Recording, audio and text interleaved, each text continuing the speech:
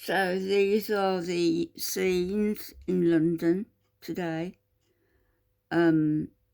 protesting at the situation in Gaza and shouting the slogan, "Free, Free Palestine." A slogan I don't disagree with.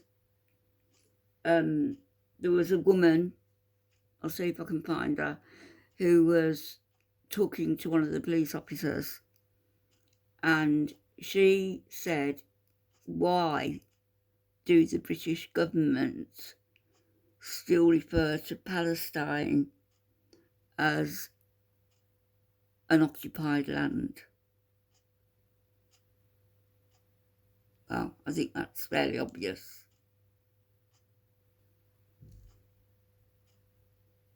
This picture gives you a better view, I guess, of just how many people are there. There are a guesstimate 150,000 plus. 150,000 marching in a pro-Palestinian demonstration in central London. There have been 10 arrests so far. I also watched this afternoon a journalist, and he was in Israel, asking the younger generation a question. And he said this question had been put by a 16-year-old resident in Gaza, a Palestinian 16-year-old. And the question was, what advice would you give to the younger generation in Gaza? Every single answer to that question by youngsters, the ones that I listened to, were giving a positive message, were saying, "Stay strong, we want peace." It's the older generation that are doing this. I think the most, if you can take it as a source of critical comment, was stop firing rockets at us. But then that applies both ways, doesn't it? And Israel have got the might of the United States, of Britain, of France behind them, when Israel are occupying a land that is not theirs. Not all of it. It was drawn up in shares, and Palestine needs to have their share back and needs to be a separate state. And the police are out in force, as you can see. There are vans. The traffic has stopped in central London. I guess that's Oxford Street, Regent Street. All the traffic has stopped. There have been people climbing on top of those buses, the red buses, and it's a very vocal, very well organised protest. And, you know, for the major part, for the large part, the protesters are having discourse with the police.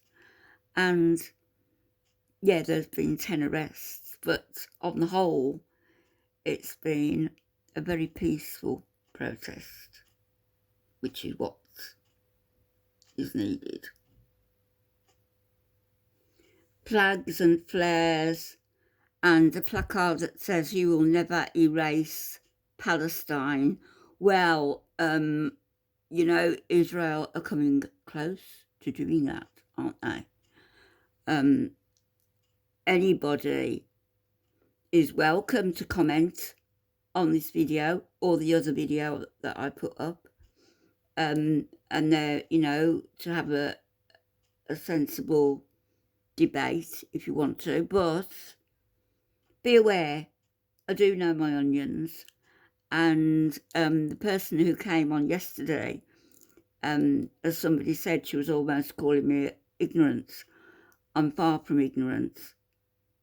If I was ignorant of the situation, I wouldn't be commenting on it. And, well, the other thing is, as far as I'm concerned, this is about, it's about the giant who seeks to destroy the little man, Israel, with all its might. You know, the most forward-thinking army in the world, the most prepared, apparently, army in the world. So it really beggars belief, doesn't it, why they weren't prepared on October the 7th? Or was it some sort of a setup so Netanyahu removed the soldiers so that there could be an incursion into Israel, and then he could set the dogs of war on the Gazan people, Palestinian people.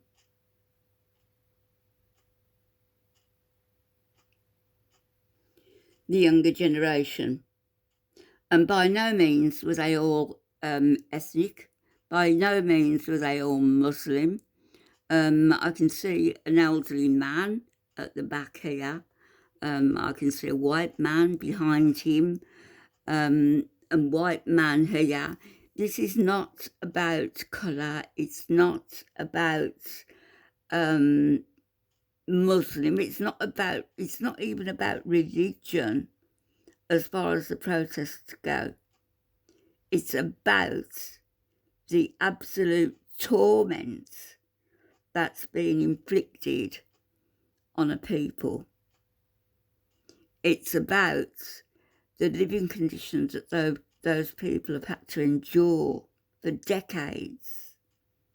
They can't even leave the ghettos that are policed by soldiers. If they're going out to work and they have to come out of their ghetto in Hebron, the soldiers are there wanting to see their papers. Oh, and they can detain them. They could keep them all day if they wanted to. The soldiers do exactly as they like. As has been seen from a video I have of Israeli soldiers, female Israeli soldiers, who they have to do their national service sort of from 18. And they thought that, you know, the way they treated the Palestinians was the way all of them treated the Palestinians, the older soldiers. And they thought that they could do that and come away without a conscience. And they found it to be quite different in the real world. As I say, the protests are peaceful at present. That's not to say it won't turn ugly, dependent on how this ground war goes in Israel, the ground offensive. And if anybody thinks I'm pro-Muslim, you're out of your tree. I keep saying, this is about genocide. This is about treating these people, Palestinian people, like the beasts that Netanyahu and his sidekick have called them. Human beasts, they've been called. How disgusting. As I said, the police are out in force. They've got their vans there that they're carting the detainees off in. But mostly it's been a very peaceful protest. Well, it takes me back to the animal rights days when we brought Regent Street, Oxford Street, all around there, around Harrods, we brought it all to a standstill. And it looks as though they're doing the same today. And well done them, well done.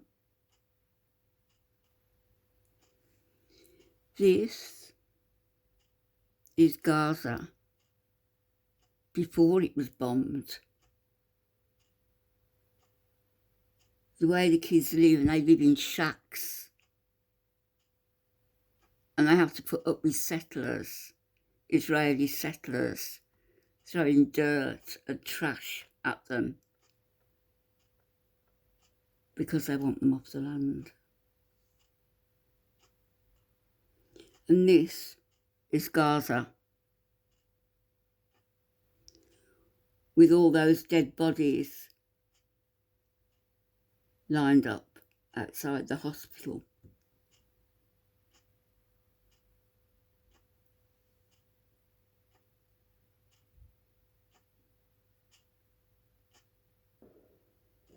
This is Gaza. These were the rooms that people slept in, watched television in, dined in, played in. All these rooms, all these separate rooms, nothing left of them. The United Nations are now calling for an immediate ceasefire. I hope it happens. I hope it happens soon.